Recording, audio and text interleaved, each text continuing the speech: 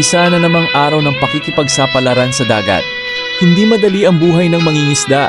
Minsan may huli, minsan wala. Pero hindi kami sumusuko dahil ang bawat paghila ng longline ay may kasamang pag-asa para sa aming pamilya. Habang hinihila ko ang longline na ito, samahan ninyo ako at sana ay maswerte tayong makakuha ng malaking isda.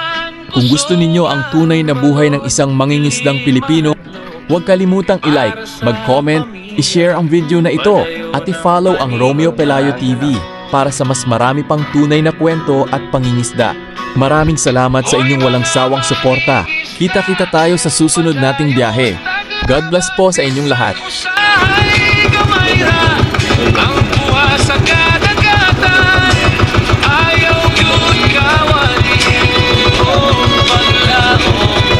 Kay ang Ginoo mo hatag sa gusto panahon.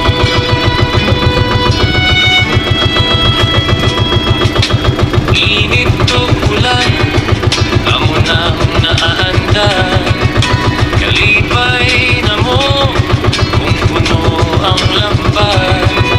Salamat Ginoo sa matag adlaw.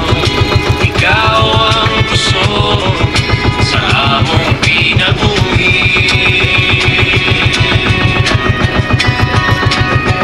Oy mga mangingisda, padayon tagaban bisag usahay gamay ra.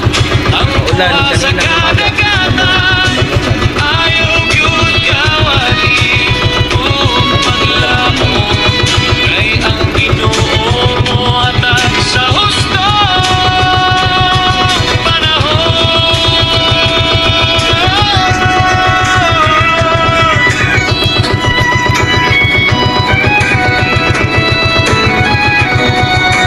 Para ni sa tanang mangingisda, amping kanunay sa laot kung ayaw kalimo mo like, mo share, ug mo follow sa Romeo Pelayo TV.